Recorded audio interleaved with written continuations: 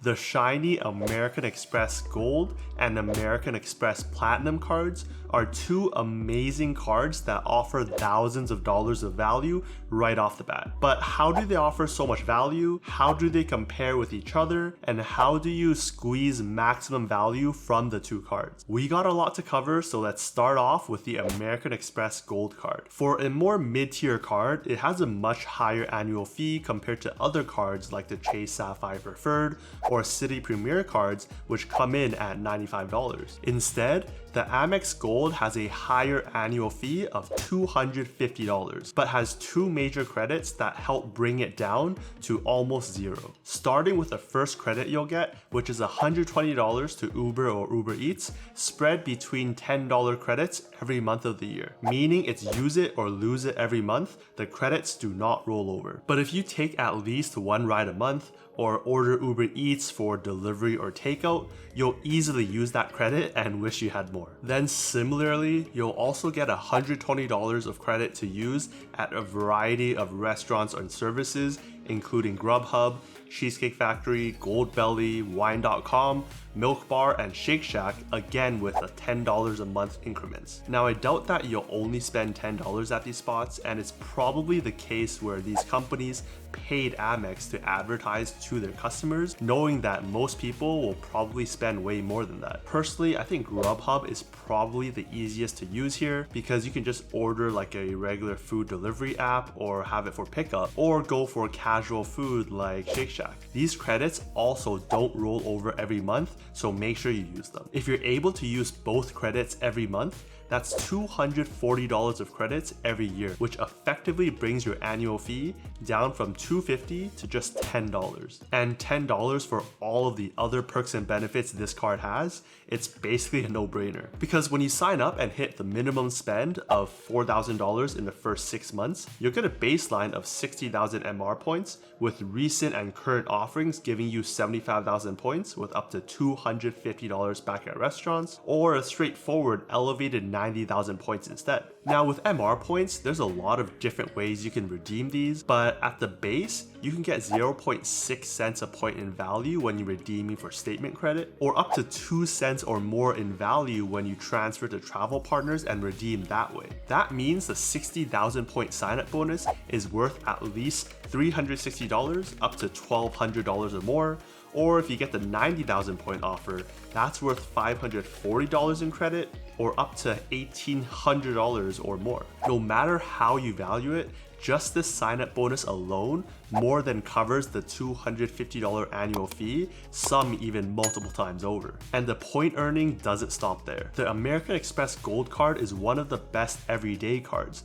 giving you 4 times points when you're spending at restaurants worldwide and groceries in the US, as well as 3 times on flights booked direct or through their portal, with 1 times back on everything else. Remember, if you're able to redeem points at the average of 2 cents a point rate, that means your earning goes from 4x up to 8%, 3x to 6%, and 1x to 2% in value, making this card so much more valuable. But let's pause for a bit and move over to one of the highest tier cards on the market, the American Express Platinum card. With an annual fee of $695, it trumps most, if not all, of the common cards out there. But despite that high cost, it's actually the card that's given me by far the most value out of any card I've ever had, as well as earning me over 300,000 MR points to date. Yet it's the only card that I almost never carry around in my wallet. And that's because when it comes to typical spend, it's just plain bad,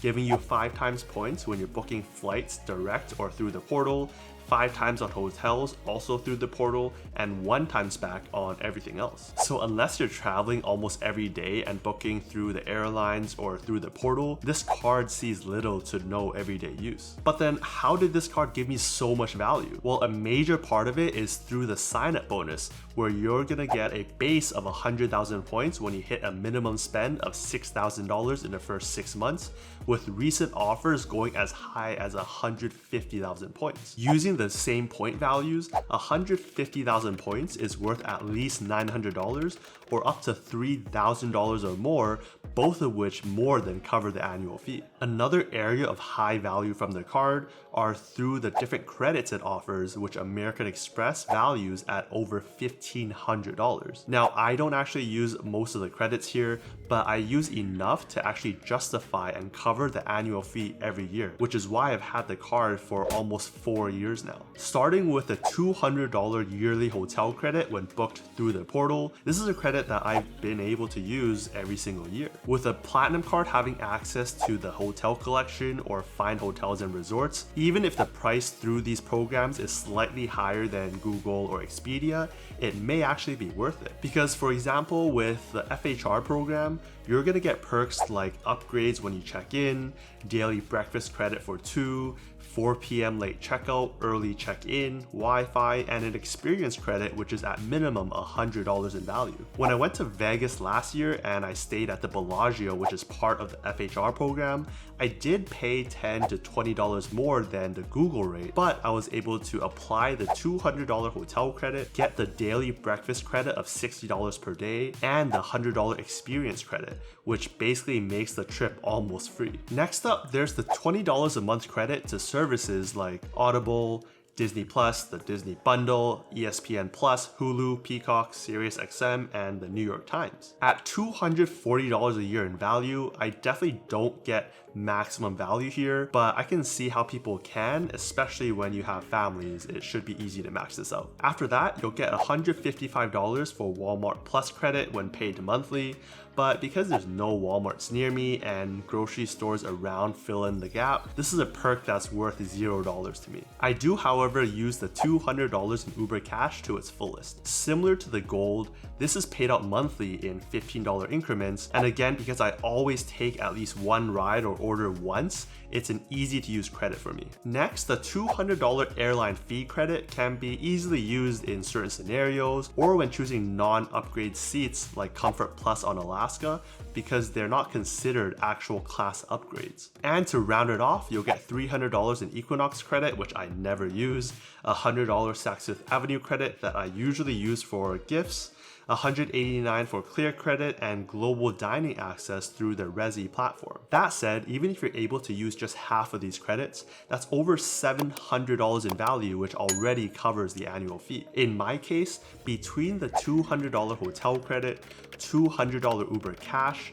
$200 airline fee credit, and $100 Saks Fifth Avenue, that's $700 every year, which covers the annual fee. And because that means all the other perks and benefits on this card are essentially free for me to use. Now, before we get into the head-to-head comparisons in certain categories, there are some perks that are common to both cards that are worth calling out. First, both cards have a variety of Amex offers every month that can either give you more points or save you hundreds of dollars at a range of different retailers. From experience, out of all the card companies, the Amex offers seem to save people the most money by far, and personally has saved me over $500 throughout the years. The main thing is to remember to manually activate these offers every month. And next is Amazon offers. From time to time, they run promotions where you can get 20, 30, or even 50% off your Amazon purchase when you redeem just one membership reward point. You won't always get targeted for this, but when you do, it can easily save you hundreds of dollars throughout time. Okay, so unlike other ecosystems like Chase, where the value of your points is determined based on which card you have, on American Express, the value of your points is essentially the same no matter if you have the Gold or Platinum card. Again, you can redeem points at 0.6 cents a point for statement credit, about 1 cent a point for flights through the portal, or the recommended path, 2 cents or more in value when you transfer to travel partners and redeem that way. We won't go into all the details on the redemption paths here, but I'll link some resources down below if you want to dig in a bit. Now, although both the Gold and Platinum cards have the ability to let you transfer these points to partners, the Platinum card also comes with a bunch of other perks and benefits to really enhance your travel experience. For example, you'll first get global entry or TSA pre-check credit to help you speed up your security clearance before you can chill out at one of the thousands of lounges around the world. Then upon arrival, you can use your elevated status at Avis, Hertz, or National to get benefits like free rental days and more car choices as you drive yourself to your fine hotels and resorts hotel giving you hundreds of dollars in credits, as well as a likely room upgrade when you check in. Then with your elite gold status at hotel chains like Marriott and Hilton, you'll also get things like welcome gifts or points, late checkout, and more chances at room upgrades, especially when you're not using the FHR program. And all of this is possible stemming from the perks and benefits that are coming purely from the American Express Platinum card. What's more is that because the Amex Plat is a major travel card, it has a lot of other elevated protections too, including trip delay insurance for delays of more than 6 hours up to $500 a trip, compared to the gold card that has trip delay insurance for over 12 hours and up to just $300 a trip. You'll also get better baggage insurance at up to $2,000 or $3,000 a person on the Platinum versus just $500 or $1,250 on the gold. Then special to just the Platinum card, you'll also get trip cancellation and interruption insurance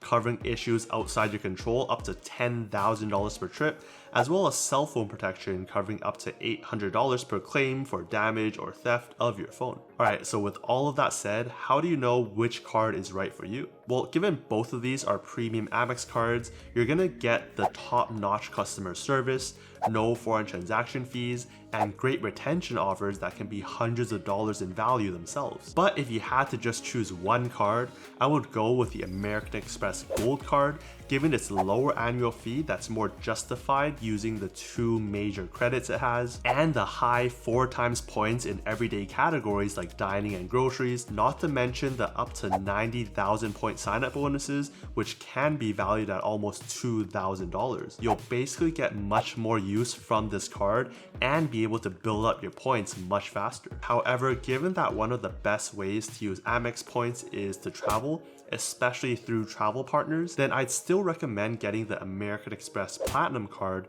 down the line, especially when you can justify the annual fee using some or most of the credits that the card has available, and to help enhance your travels through elite status, lounge access, travel protections, and everything else that comes with it. So to put it simply, get the Amex Gold to earn points fast through the solid sign-up bonus, or earning lots of points through everyday spend. Then pair that up with the Amex Plat to enhance your travels when you finally redeem your points or just go traveling in general. That said, there are cards out there with lower annual fees that are much easier to use and get value out of without having to transfer points and redeem that way.